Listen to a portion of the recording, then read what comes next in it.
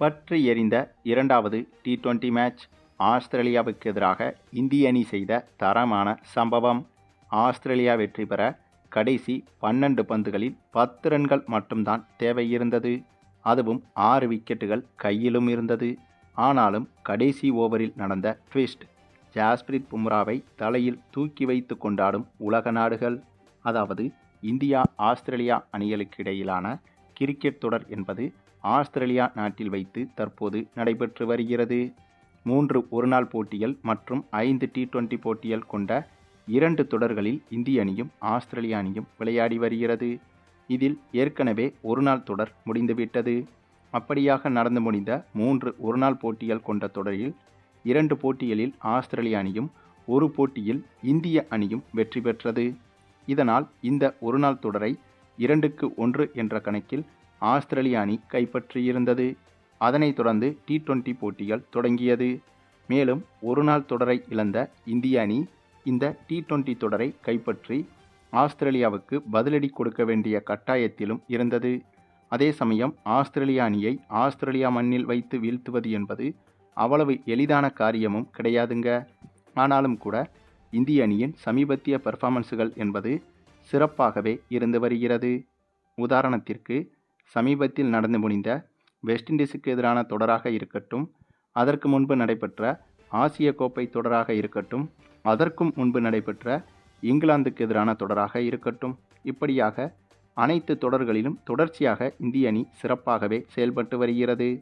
ஆகவே அப்படிப்பட்ட இந்திய அணி ஆஸ்திரேலியாவுக்கு எதிரான ஒருநாள் தொடரை இழந்தது என்பது பலருக்கும் அதிர்ச்சியாகத்தான் இருந்தது. அதே சமயம் இந்த ஒருநாள் தொடரில் அபிஷேக் சர்மா, சிவம் தூபே, திலக் வர்மா போன்றவர்கள் இடம்பெறவில்லை. இவர்கள் இடம்பெறும் இந்திய அணி பெரும்பாலும் தோற்றதும் இல்லை. ஆகவே ஒருநாள் போட்டிகளில் மட்டும், அதாவது ஆஸ்திரேலியாவுக்கு எதிரான இந்த ஒருநாள் தொடரில் மட்டும் அபிஷேக் சர்மா, திலக் வர்மா, சிவம் தூபே உள்ளிட்டவர்கள் களமிறங்கி இருந்தால் ஆஸ்திரேலியாவுக்கு எதிரான இந்த ஒருநாள் தொடரையும் இந்திய அணி கைப்பற்றியிருக்கும். ஆனாலும் கூட இப்போது ஆஸ்திரேலியாவுக்கு எதிரான டி20 தொடரில் அபிஷேக் சர்மா, திலக் வர்மா, சிவம் தூபே உள்ளிட்டவர்கள் விளையாடுகின்றனர். இதனால் இந்த டி20 தொடரை இந்திய அணி கண்டிப்பாக கைப்பற்றிவிடும் என்றே எதிர்பார்க்கலாம். இந்த நிலையில்தான் இந்த டி20 தொடரை முன்னிட்டு இந்தியா ஆஸ்திரேலியா அணிகள் ஏற்கனவே வார்ம் அப் மேட்சுகளில் விளையாடியிருந்தது. அப்படியாக நடைபெற்ற வார்ம் அப் மேட்சுகள் அனைத்திலும் இந்திய அணிதான் வெற்றிகளையும் குவித்தது. ஏனென்றால் நாம் ஏற்கனவே சொன்னது போல அபிஷேக் சர்மா, திலக் வர்மா உள்ளிட்டவர்கள் களமிறங்கினால் இந்திய அணியின் தற்போதைய நிலை என்பது யானை பலமாக மாறிவிடும். ஆக ஆஸ்திரேலியாவுக்கு எதிரான இத்தகைய டி20 பயிற்சி போட்டிகளில் அதை இந்திய அணி செய்தும் காட்டியிருந்தது. மேலும் இந்த ஆஸ்திரேலியாவுக்கு எதிரான டி20 தொடர் தொடங்குவதற்கு முன்பு 4 டி20 போட்டிகளில் இந்த இரு அணிகளும் வார்ம் அப் மேட்சுகளாக விளையாடியிருந்தது. அந்த 4 மேட்சுகளிலும் இந்திய அணிதான் வெற்றிகளையும் குவித்தது. அதுவும் சாதாரண வெற்றி கிடையாதுங்க.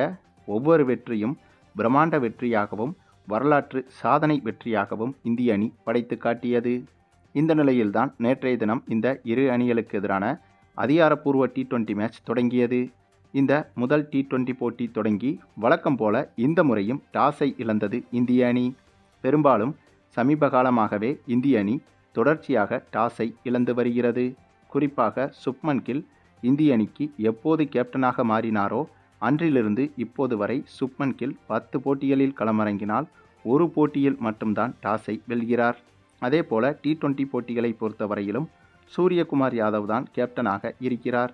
ஆக நேற்று தொடங்கிய இந்த முதல் டி20 போட்டியில் சுப்மன் கில்லின் துரதிர்ஷ்டம் என்பது சூரியகுமார் யாதவுக்கும் பரவிவிட்டது என்றே சொல்லலாங்க. ஏனென்றால் நேற்று தொடங்கிய இந்த அதிகாரப்பூர்வ முதல் டி20 போட்டியில் சூரியகுமார் யாதவும் டாஸை இழந்தார். இதனால் டாஸை வென்ற ஆஸ்திரேலிய அணி முதலில் பந்து வீச்சை தேர்வு செய்திருந்தது. பின்னர் பேட்டிங் செய்ய களமிறங்கிய இந்திய அணியில் ஓப்பனிங் இறங்கிய அதிரடி மன்னன் அபிஷேக் சர்மா அடுத்தடுத்து சீரான இடைவெளிகளில் 4 பவுண்டரிகளை பறக்கவிட்டு திடீரென 19 ரன்கள் எடுத்திருந்த போது இவரது விக்கெட்டை பறிகொடுத்தார். அதன் பிறகு சுப்மன் கில்லும் சூரியகுமார் யாதவும் ஜோடி சேர்ந்து மிரட்டலான அதிரடி ஒன்றை வெளிப்படுத்த, இதனால் ஆஸ்திரேலியா பவுலர்கள் திக்கு திசை தெரியாமல் திணறினார்கள். அந்தளவுக்கு சூரியகுமார் யாதவ் சுப்மன் கில்லும் சேர்ந்து கொடூரமான அதிரடியை வெளிப்படுத்த, இதனால் 9 ஓவரிலேயே கிட்டத்தட்ட 100 ரன்களை தொட்டுவிட்டது இந்திய அணி. அந்த சமயத்தில் திடீரென மழை குறுக்கிட பின்னர் இந்த போட்டி தடைப்பட்டது. அதுவும் இந்த போட்டி தொடங்கிய போது ஆரம்பத்திலிருந்து கிட்டத்தட்ட முதல் 10 ஓவர்கள் வரையிலும் மழை என்பது அடிக்கடி குறுக்கிட்டு போட்டியை நிறுத்தியது. அதன் பிறகு கடைசியாக 10வது ஓவரில் மழை மீண்டும் குறுக்கிட்டு இந்த போட்டியை நிறுத்த, அதன் பிறகு மழை மீண்டும் நிற்கவே இல்லை. இதனால் இந்த போட்டி முற்றிலுமாக கைவிடப்பட்டது. ஆனாலும் இந்த போட்டி மட்டும் தொடர்ந்து நடைபெற்றிருந்தால் கண்டிப்பாக இந்திய அணி இந்த போட்டியில் 250 ரன்களை கடந்து டார்கெட்டாக வைத்திருக்கும். ஏனென்றால் கிட்டத்தட்ட முதல் 9 ஓவருக்கே வெறும் ஒரு விக்கெட்டை மட்டுமே இழந்திருந்த இந்திய அணி அதிரடியாக விளையாடி ஏறக்குறைய 100 ரன்களை நெருங்கிவிட்டது. அப்படி இருக்கும்போது மழை குறுக்கிட்டு இந்த போட்டியை தடைப்படுத்தி ஆஸ்திரேலிய அணியின் தோல்வியை தடுத்து நிறுத்தியது என்றுதான் சொல்ல வேண்டும். இதனால் திக்கு திசை தெரியாமல் திணறிக் கொண்டிருந்த ஆஸ்திரேலிய அணியை வருண பகவான் வந்து காப்பாற்றிவிட்டார் என்றுதான் சொல்ல வேண்டும். அதே சமயம் முதல் போட்டி நடைபெறாமல் போனதால் இன்று காலையிலேயே இந்த இரு அணிகளும் மீண்டும் பயிற்சி போட்டி ஒன்றில் களமிறங்கியிருந்தது. அப்படியாக இன்று நடைபெற்ற இந்த ஒரு T20 மேட்சில் முதலில் பேட்டிங் செய்த இந்திய அணி கொஞ்சம் சொதப்பலாகத்தான் விளையாடியிருந்தது. அதற்கு மிக முக்கிய காரணம், இந்திய அணியை பொறுத்தவரையில் முக்கியமான பேட்ஸ்மேன்கள் இந்த போட்டியில் களமிறங்கவில்லை. இதுவரை இந்த ஆஸ்திரேலியா தொடரில் வாய்ப்பு கிடைக்காத வீரர்களுக்கு வாய்ப்பு கொடுக்க வேண்டும் என்று பெஞ்சில் அமர்ந்திருக்கும் வீரர்களை களமிறக்கிவிட்டது இந்திய அணி. அதனாலேயே இன்று காலை நடைபெற்ற இந்த ஒரு போட்டியில் இந்திய அணி திணறியது. ஏனென்றால் இந்த போட்டியில் முதலில் பேட்டிங் செய்த இந்திய அணியை பொறுத்தவரையில் வெறும் 19 ஓவர்களிலேயே அனைத்து விக்கெட்டுகளையும் இழந்து 133 ரன்கள் மட்டுமே எடுத்திருந்தது. பின்னர் இதனை சேசிங் செய்ய களமிறங்கிய ஆஸ்திரேலிய அணியை பொறுத்தவரையில் மிகவும் நிதானமாகவே விளையாடினார்கள். ஏற்கனவே 4 பயிற்சி போட்டிகளிலும் ஆஸ்திரேலிய அணி தோல்விகளை சந்தித்திருக்கிறது. அதேபோல நேற்று நடைபெற்ற அதிகாரப்பூர்வ T20 போட்டியிலும் ஆஸ்திரேலிய அணி தோல்வியை நோக்கித்தான் சென்று கொண்டிருந்தது. மழைதான் இவர்களை நேற்றைய தினம் காப்பாற்றிவிட்டது. ஆக இவ்வளவு விஷயங்களையும் கருத்தில் கொண்டு இன்று காலை நடைபெற்ற போட்டியில் ஆஸ்திரேலிய அணி வெற்றி பெற்றால்தான் ஆஸ்திரேலிய அணி வீரர்களுக்கு அது ஒரு பாசிட்டிவ் இம்பேக்டை ஏற்படுத்தும். அதனாலேயே இந்த போட்டியில் வெற்றி பெறுவதற்கு மிகவும் நிதானமாகவே விளையாடினார்கள் ஆஸ்திரேலியா பேட்ஸ்மேன்கள். கிட்டத்தட்ட முதல் 10 ஓவர்களுக்கு வெறும் 40 ரன்கள் மட்டுமே எடுத்திருந்தது ஆஸ்திரேலிய அணி.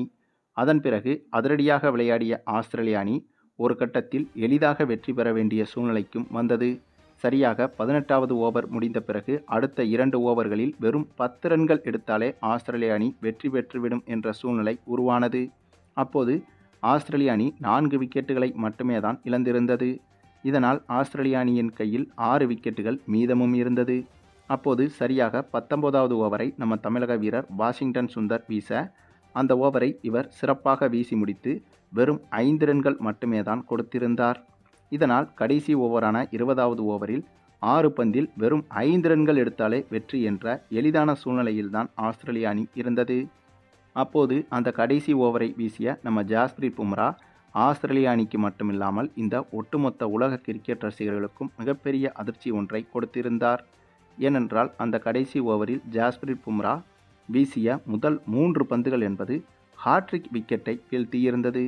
ஆமாங்க, அந்த கடைசி ஓவரில் முதல் 3 பந்துகள் இடையே அடுத்தடுத்து 3 விக்கெட்டுகளை வீழ்த்தி ஜாஸ்பிரீத் பும்ரா அந்த ஓவரில் வெறும் 2 ரன்கள் மட்டுமே கொடுத்து இந்திய அணியை திரளான முறையில் வெற்றி பெற வைத்தார். இந்த ஒரு விஷயம் என்பது ஆஸ்திரேலிய அணிக்கு மீண்டும் மிகப்பெரிய இடியை தலையில் இறக்கியது. அதே சமயம் இந்த ஒரு பந்து வீச்சு என்பது இப்போது ஒட்டுமொத்த உலக கிரிக்கெட் ரசிகர்களாலும் பாராட்டை பெற்றிருக்கிறது. மேலும் இதற்கு பிறகு இந்தியா ஆஸ்திரேலியா அணிகளுக்கு இடையே நடைபெற இருக்கும் அதிகாரப்பூர்வ 2வது T20 போட்டியில் கண்டிப்பாக ஆஸ்திரேலிய அணி இன்னும் அதிக பயத்தோடு தான் விளையாடும். ஆக அந்த பயத்தை இந்திய அணி வீரர்கள் சரியாக பயன்படுத்தி கொண்டால் 2வது T20 போட்டியில் இந்திய அணி வெற்றி பெறுவது மிகவும் எளிதாகிவிடும். சரி, நீங்கள் சொல்லுங்கள், ஜாஸ்பிரீத் பும்ராவின் இந்த ஒரு வெறித்தனமான பந்து வீச்சை பற்றியும், குறிப்பாக நேற்று நடைபெற்ற இந்தியா ஆஸ்திரேலியாவுக்கு எதிரான முதல் T20 போட்டியில் மழை குறுக்கிட்டு போட்டியை நிறுத்தாமல் இருந்திருந்தால் நேற்றைய போட்டியில் இந்திய அணி வெற்றி பெறுவதற்கு வாய்ப்புகள் இருந்திருந்ததா என்பதை பற்றியும் உங்களுடைய கருத்துக்களையும் கமெண்டில் தெரிவிங்க. மேலும் இந்த வீடியோ பிடிச்சிருந்தா லைக் பண்ணுங்கள், மற்ற அனைவருக்கும் ஷேர் பண்ணுங்கள், மறக்காமல் நம்ம சேனலை சப்ஸ்கிரைப் பண்ணுங்கள்.